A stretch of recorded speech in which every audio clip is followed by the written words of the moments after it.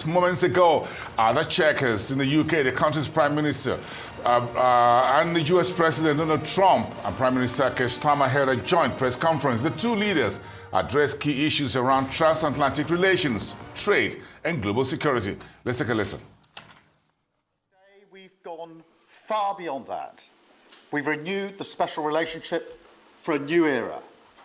The United Kingdom and the United States stand together today as first partners on defence, first partners in trade with the groundbreaking deal we struck in May, and now with the new agreement that we've just signed this afternoon. We're confirming our status as the first partners in science and technology, ready to define this century together, just as we did the last. This tech partnership has the power to change lives. It's our chance to ensure that technologies like AI, quantum, and others amplify human potential, solve problems, cure diseases, make us richer and freer, strengthen the cause of democracy, not tyranny. This is the territory on which the future will be won. So this partnership today is a signal of our determination to win this race together and to ensure it brings real benefits in jobs, in growth, in lower bills, to put more hard-earned cash in people's pockets at the end of each month.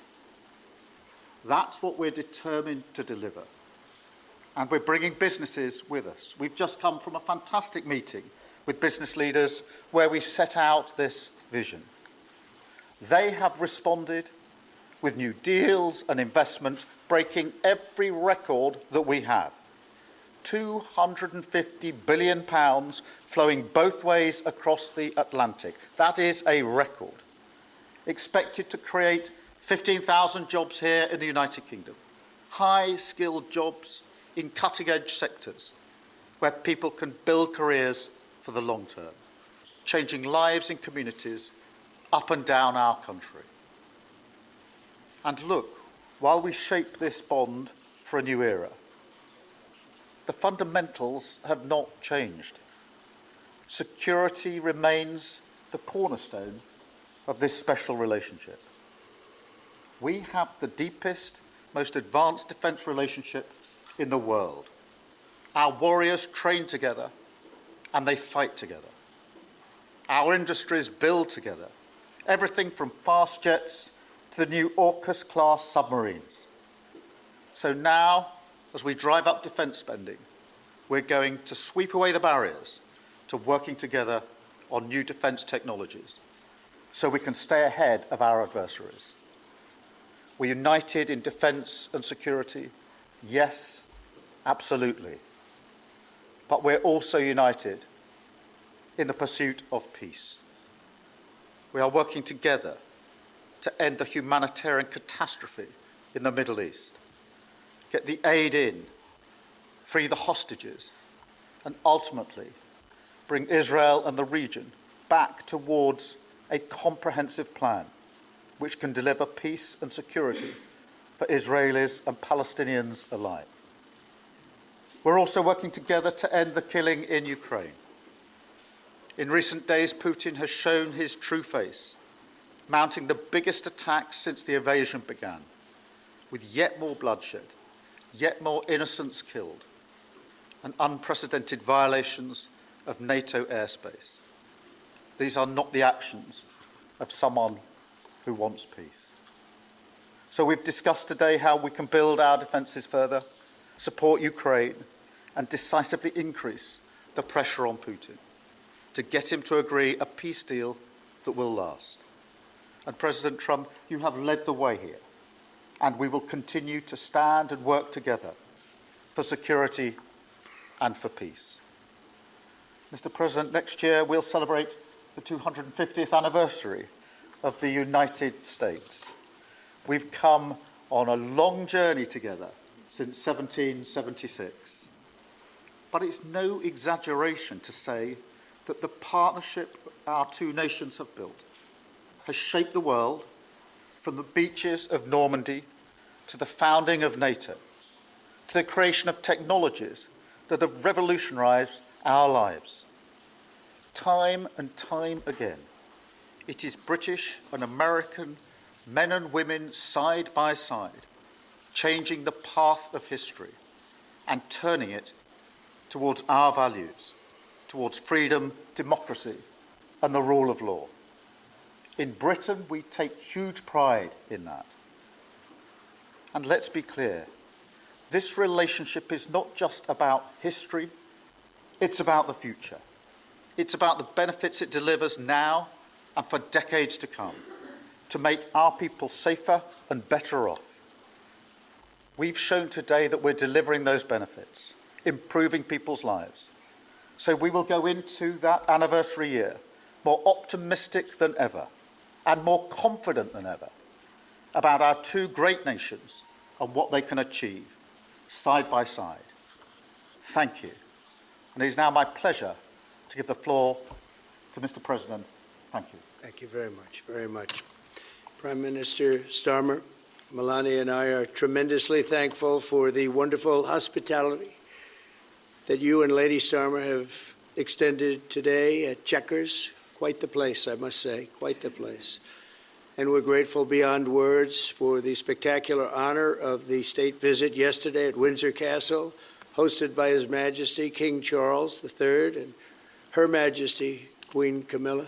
These are two fantastic people. We will never forget it. As I said last night, the bond between our countries is like no other anywhere in the world. The United States and the United Kingdom have done more good on this planet than any two nations in human history. That is thanks in large part to the traditions of British liberty, which grew up on these isles, these beautiful, magnificent isles, and were carried by our ancestors to the New World. We're forever joined, and we are forever friends, and we will always be friends. This enduring connection is why I was thrilled that the United Kingdom was the very first country with which we made a historic trade deal, and a very good trade deal. He's a tough negotiator. I think it was a better deal for you than us, but these are minor details. It's a very good deal for both of us. He's a great negotiator who will extend our unparalleled security alliance into the realm of economic security for the first time, and I look forward to finalizing it very soon. We'll have it done very quickly. We have also just signed a historic technology prosperity deal, one of a kind, to ensure our countries lead the next great technological revolution side by side. In fact, we just left the business leaders, the biggest in the world. Some are in this room right now.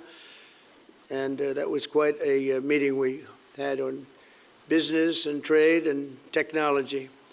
This trip has galvanized $350 billion in deals across many sectors, and we're committed to ensuring that the UK has a secure and reliable supply of the best AI hardware and software on Earth.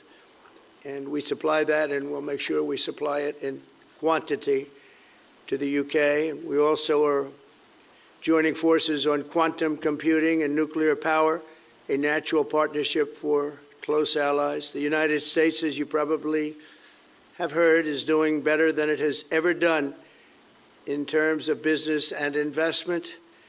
The stock market has hit a new high, as you know, and that's for many, many days out of our fairly short 8 months. And we seem to be hitting new highs, and I think we're going to do much better even as time goes by. Jobs are at a record, and most importantly, we have more than $17 trillion, $17 trillion, and this is during an 8-month period being invested in the country, which is not only a record, but if you compare $17 trillion to the last year of the Biden administration, they did $250 billion. They didn't do $1 trillion for the 4-year period. We did $17 trillion of investment coming in. A lot of it's because of tariffs, and a lot of it's for a lot of other reasons, but there's never been anything like it. It's an economic superstar. It's what's become.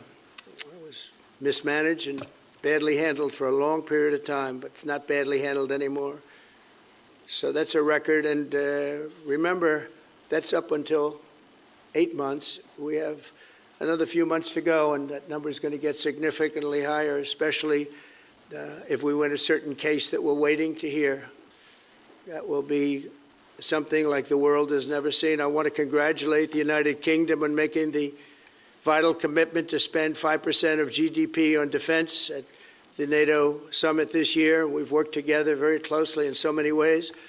I'm very honored to tell you that we've solved 7 wars, wars that were unsolvable, wars that couldn't be negotiated or done. The U.S. has done 7 of them. The one that I thought would be easiest would be because of my relationship with President Putin, but he's let me down. He's really let me down. It was going to be Russia and Ukraine, but we'll see how that turns out. But that turned out to be, I thought it might be among the easiest of the group, but we had settled just about every conflict, and as you know, we're working very hard on Israel and Gaza. All that's happening over there. Complex, but it's going to get done. It'll all get done right. And likewise, Russia and Ukraine will get done. But you never know in war. You know, war is a different thing. Things happen that are very opposite of what you thought. You thought you were going to have an easy time or a hard time, and it turns out to be the reverse. As we saw in the unforgettable parade yesterday at Windsor Castle, what a place it is. The British Armed Forces carry on one of the finest military traditions in the world, one of the greatest marching bands, one of the most magnificent sights I've seen. I know that our service members look forward, and we do look so forward to working even more closely with yours as you push toward that 5% goal. And I think, Mr. Prime Minister, you're just about there. You're going to be there very quickly, along with a lot of other great countries. I want to thank NATO and our wonderful head of NATO, who's really worked very hard, Mark, for the job they've done. As you know, NATO was at 2% GDP, and they didn't pay it. Now they're at 5%, then they pay it. And we appreciate that. And we're sending a lot of weapons to NATO. NATO is paying for those weapons in full. But we're sending them, and we're doing a great job at getting them what they need. And we appreciate the fact that they're taking care of it, because the United States is into that war for $350 billion. And just really very sad. It just got out of control. They didn't know what they were doing. But over the generations, British and American warriors have shed their blood side by side in defense of liberty and freedom. And that's why it's so imperative that the United States and the United Kingdom stand together for these fundamental rights and values of the English-speaking world. And we've always stood together, and we will continue to. Just last week, a great American, Charlie Kirk, was heinously assassinated for speaking his mind. He was a great young man, incredible future. Some people said he might be president someday. I told him, I said, Charlie, I think you have a good shot someday at being president. And he just wanted to take care of youth. He loved youth. I've never seen anybody relate to youth like Charlie, and they related to him, and they're devastated. But I appreciate the many British citizens who have offered their condolences. And again, Charlie was a great person. We'll be going out to a service on Sunday. I'll be leaving with some of the people in this room just to celebrate Charlie and all that he's done. So incredible. Never seen anything like it. But I hope that together our nations can lead a movement to defend the glorious traditions of freedom on both sides of the Atlantic. There could be no greater tribute to the immortal bonds of affection and loyalty that unite the British and the American people for all of time. We have a relationship like no other. It will always be that way. We will always be united. We'll always be together. And I just want to thank you, Mr. Prime Minister, for the great job I think you're doing. Thank you very much. Thank you. Thank you.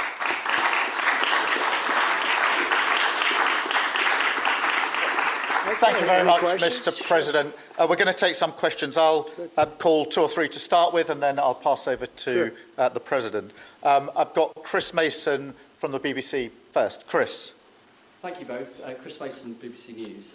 Mr. President, the UK is expected to recognise a Palestinian state in the coming days as the killing in Gaza continues. It often seems that you're the only person that Israel will listen to. What more can you say to them to tell them to stop? And why is the UK's position on a Palestinian state, in your view, wrong? And Prime Minister, what will the recognition of a Palestinian state actually achieve? Is it not just gesture politics to appease people in your own party?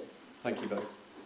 Well, Chris, let me just start with that, because we discussed this amongst other things. We had the best part of an hour, I think, upstairs earlier today, just one-to-one, going through a number of affairs, world affairs, in private. And we absolutely agree on the need for peace and a roadmap, because the situation in Gaza is intolerable. The hostages have been held for a very, very long time, and they must be freed. And we need aid to get into Gaza at speed. And so it's within that context of a plan for peace, which we're working hard on, which not only did we discuss this morning, but our two teams have been working together on, that the question of recognition needs to be seen. And so it's part of that overall package which hopefully takes us from the appalling situation we're in now to the outcome of a safe and secure Israel, which we do not have, and a viable Palestinian state. Thank you. Well, simply, I want the hostages released now, right now, not 1, 2, we'll give you 3 more tomorrow, and, like it's been, but we're the ones that got all the hostages released. We got many, many came to the Oval Office, and I've heard stories like I've never thought even possible. There was no humanity, no anything. I said to them, was there any warmth shown during this stay? Like they offered you a little extra meal, they gave you a little smile, and they said, don't worry, you'll be okay. And every one of them said, not even a little bit. Amazing, to think that during this stay, long stay in some cases. We had a man the other day, 451 days he was there. I always ask that question. And was there any warmth shown? Just a little word of, encouragement. And the answer is every time, absolutely not. I'm shocked to hear it, because in the worst cases, there's always somebody that comes through.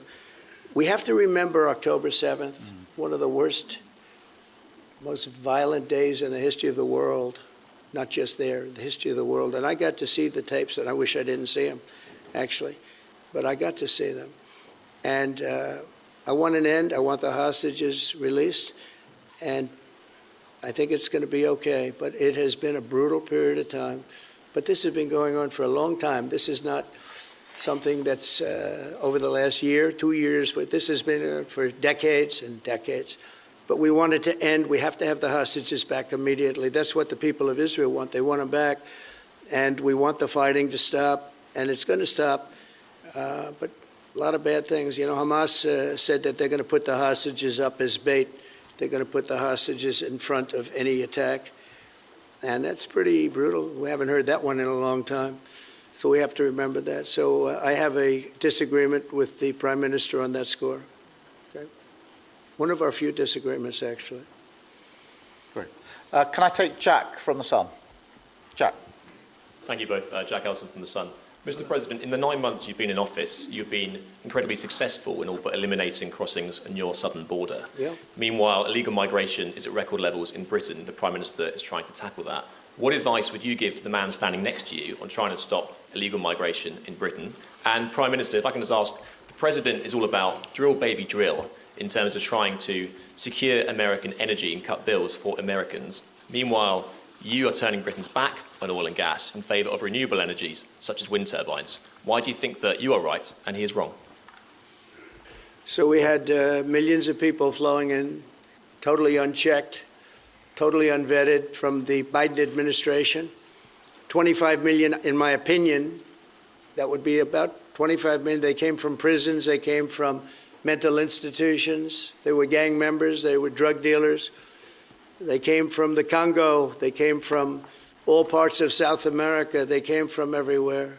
Think of it, prisoners from the Congo being released into the United States, prisoners opened up in Venezuela and many other countries, pouring into the United States. And I couldn't believe it. One of the reasons I decided to run. I decided to run because I don't want to be controversial, but you see what's happened and you see all the information that's come out. We won in 2020 big. And I said, let's run, we got to run, because I saw what was happening. And the worst thing that I saw was all of these people. You know, we've already solved inflation. We've solved prices. Oil is way down. Energy is way down in the United States. But what I saw happening with millions of people pouring into our country, I couldn't stand to watch it. And we've done a great job. Nobody, if you've seen the last, I appreciate your question, by the way, nobody, absolutely zero, and I'm not even sure that's possible, but it's a very liberal group that come out with those statistics. The last 3 months, we had zero. From millions of people a year ago, we had zero people enter our country illegally. And we do have people coming in legally through a legal process and testing and lots of other things. I think it's very important, and we speak about it. And I think your situation is very similar. You know, you have people coming in, and I told the Prime Minister I would stop it, and it doesn't matter if you call out the military, it doesn't matter what means you use, but it's going to destroys countries from within. And we're actually now removing a lot of the people that came into our country. It's a very hard chore. We were given a very, very bad hand. Millions of people came in from prisons and mental institutions. We have to remove them. And we are removing them. We have no choice, and I feel very strongly about it. Thank you very much. Jack, let me just deal with the question of returns, because this is obviously an issue we're taking incredibly seriously. We've struck a number of deals both on cooperation with other countries, because this is a problem right across Europe, to tackle the problem of actually breaking up the gangs that are running this trade. We have had a record number of returns, over 35,000 now since we came into office. That's the highest number for the best part of 10 years. We struck the returns arrangement with France, and notwithstanding the challenges to that scheme, which you've seen in the last few days, a flight went off at 6:15 this morning, successfully returning someone under that scheme. So that is an important step forward. Obviously, there's no silver bullet here. There's a range of things that need to be done. But given the challenges of returning people, it is important that we're able to prove it can be done. It was done. It was done early this morning. So I can confirm that that flight went. It went successfully.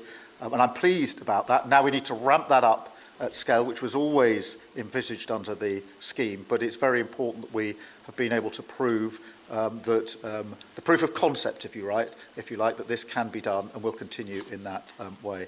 On the question of energy, firstly, let me be really clear that I am absolutely determined to ensure that the price and cost of energy comes down, so that bills come down both for individuals, for families, with their household bills, but also for business, because this is so important. The mix will include oil and gas for many years to come from the North Sea. We've been clear about that for some time, but we also need to mix that with renewables, and it's the mix that's really important. And the approach I've taken on this is the same approach that I take to many other things, a pragmatic approach. Thank you, Jack. I would like to say that we inherited the worst inflation in the history of our country. We had inflation, the likes of which we've really never seen. They say 48 years, and I'll accept that, but I really don't. We had the worst inflation in the history of our country. And we had a expression that I used a lot, drill, baby, drill. And as you know, we brought fuel way down, the prices way down. And we don't do wind, because wind is a disaster. It's a very expensive joke, frankly. And we got our energy prices way down. That brought the inflation way down. And now we have very little inflation. And we have a very, very strong economy. So that was very important. Drill, baby, drill. And you have a great asset here, and we spoke about it. It's called the North Sea. The North Sea oil is phenomenal. And I hope, because I love this country, you know, my mother was born in Scotland, and the Hebrides, Stornoway, that's Syria, Scotland. We were talking about it. And I want this country to do well. And you have great assets that you're going to start using, I believe, under this Prime Minister. Thank you. And I've got Matthew from The Economist. Matthew. Thank you, Prime Minister. Mr. President, you say that President Putin has let you down. Have negotiations run out of road, and what are your next steps to compel an end to this war? Well, he has let me down. I mean, he's killing many people, and he's losing more people than he's killing. Yeah. I mean, frankly, the Russian soldiers are being killed at a higher rate than the Ukrainian soldiers. But, yeah, he said, let me down. I don't like to see. It's death. You know, it doesn't affect the United States. We have, other than unless you end up in a world war over this thing, you could. This was a thing that would have never happened had I been president. If I were president, it would have never happened. And it didn't happen for 4 years. Most people agree it didn't happen, nor was it close to happening. And I spoke to President Putin about Ukraine. It was the apple of his eye. I've said that many times. It was. But he would have never done what he did, except that he didn't respect the leadership of the United States. They just went through the Afghanistan total disaster for no reason whatsoever. We're going to leave Afghanistan, but we're going to leave it with strength and dignity. And we're going to keep Bagram, the big air base, one of the biggest air bases in the world. We gave it to them for nothing. We're trying to get it back, by the way. Okay, that could be a little breaking news. We're trying to get it back because they need things from us. We want that base back. But one of the reasons we want the base is, as you know, it's an hour away from where China makes its nuclear weapons. So a lot of things are happening, but I am very disappointed in the fact that that one's not settled. To think that we settled Azerbaijan and Albania as an example, it was going on for years.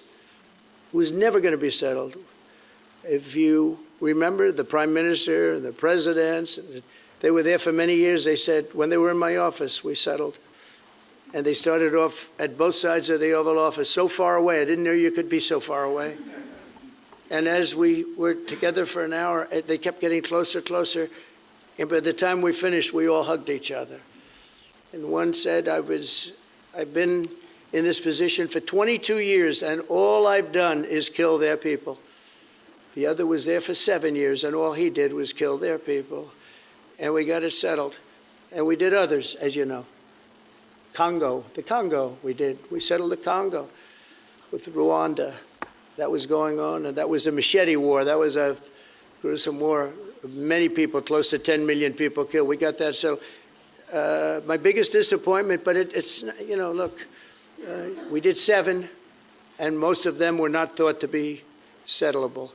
We did India and we did Pakistan. That's 2 nuclear. That was purely for trade. You want to trade with us, you're going to have to get along. And they were going at it hot and heavy. But the Russia situation, I hope we're going to have some good news for you coming up. But again, it doesn't affect the United States. And look, it doesn't so much affect you. Of course, you are a lot closer to the scene than we are. We have a whole ocean separating us. But I will say this, it's millions of people have died in that war, millions of souls. And they're not American, they're soldiers, mostly soldiers, as you know. The soldiers are being killed at levels that nobody's seen since the Second World War. But they're being killed, and I feel I have an obligation to get it settled for that reason. Thank you. And just to add on that question, because we have to put extra pressure on Putin. And it's only when the president has put pressure on Putin that he's actually shown any inclination to move. So we have to ramp that pressure up. I think it's important to have this conversation in the context of what's happened in recent weeks. We saw damage and bombing to the British Council in Kyiv. These are targets that it was thought until recently were not targets that would be hit. The British Council, the European Union Embassy, the Council of Ministers, where President Zelensky's ministers work was hit. Again, these were thought to be places that wouldn't be hit.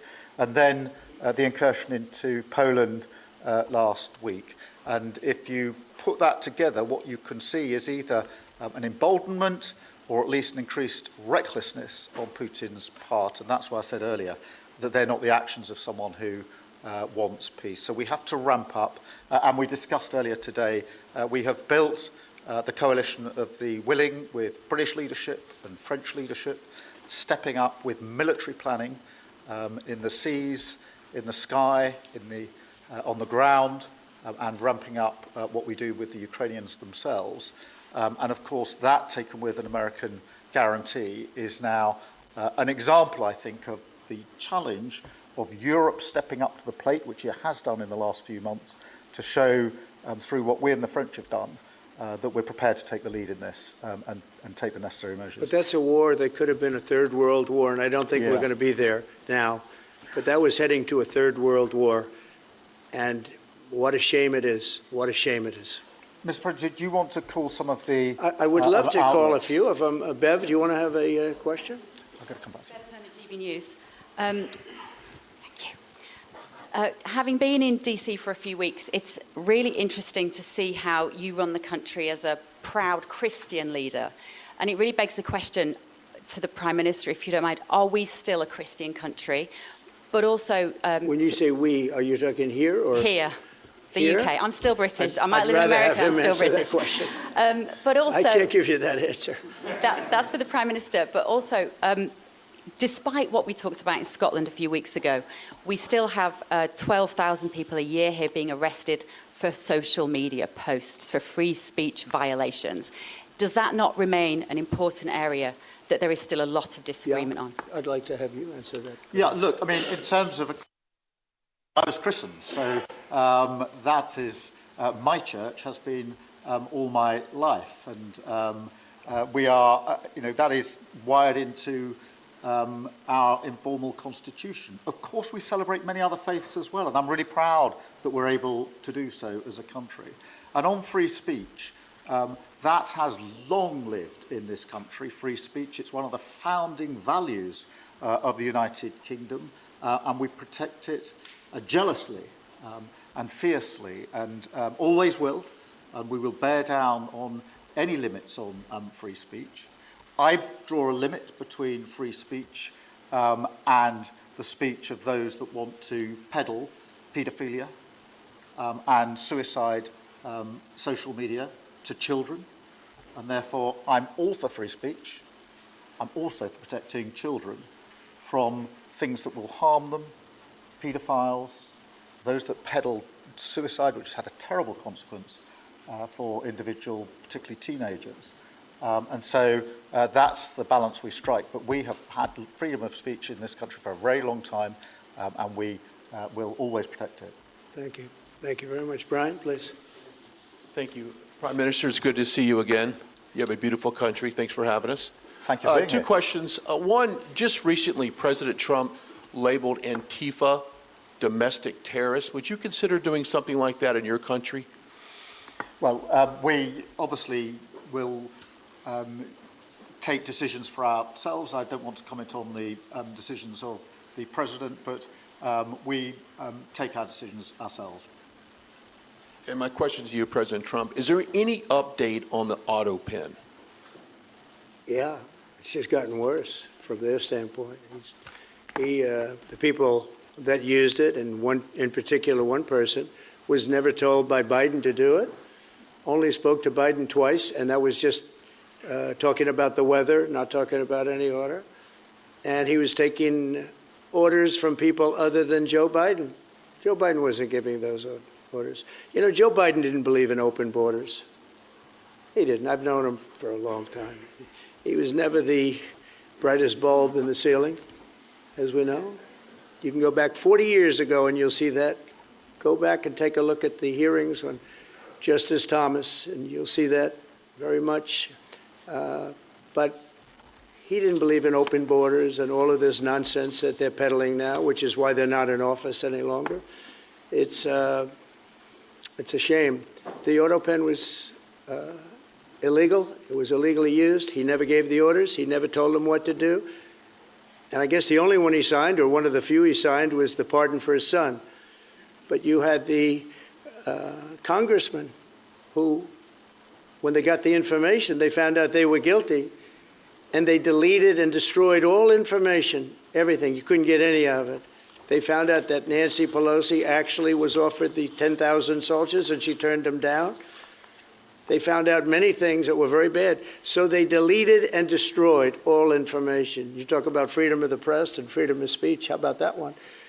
And there's not a thing. This is after a year and a half of hearings. They destroyed everything. And somebody's got to be held responsible. So Biden, what he did is they knew, I don't think he knew, but somebody knew. I don't think Biden had a clue about anything, if you want to know the truth. But they gave a pardon to those Congress people. They gave a pardon. Those people are so guilty. They gave a pardon, but Biden didn't know about it. The people, whether it's Lisa or any of those people in there that really ran it, I know them all. And they're sick people. They're smart people. They're very smart. They're probably brilliant, but they're sick in ideology. And they were running the auto pen, and it was totally illegal what he did. And I hope it's going to be so adjudged. Do you want to take one more, and then I'll Okay. go back to some British? Let's see. Peter, go ahead. Thank you, President Trump. In the deal that you're working on for the Chinese to sell TikTok Yeah. to an American buyer, Yeah. are the Americans going to have to come up with their own algorithm, or are they going to continue to use the successful but addictive Chinese algorithm? So what we're doing, and we're speaking to President Xi on Friday to see if we can finalize something on TikTok, because there is tremendous value, and I hate to give away value, but I like TikTok. It helped get me elected. In fact, Charlie said, "Sir, you ought to get on TikTok. You'd be great." I said, "Really? Tell me about TikTok." And we, as you know, we did unbelievably well with youth, like at a level that no Republican has ever even dreamt of. And in what, look, I think we won it for a lot of reasons, but that was a reason we won the election by such a big number. TikTok has tremendous value. The United States has that value in its hand because we're the ones that have to approve it. I specifically get the right to approve it.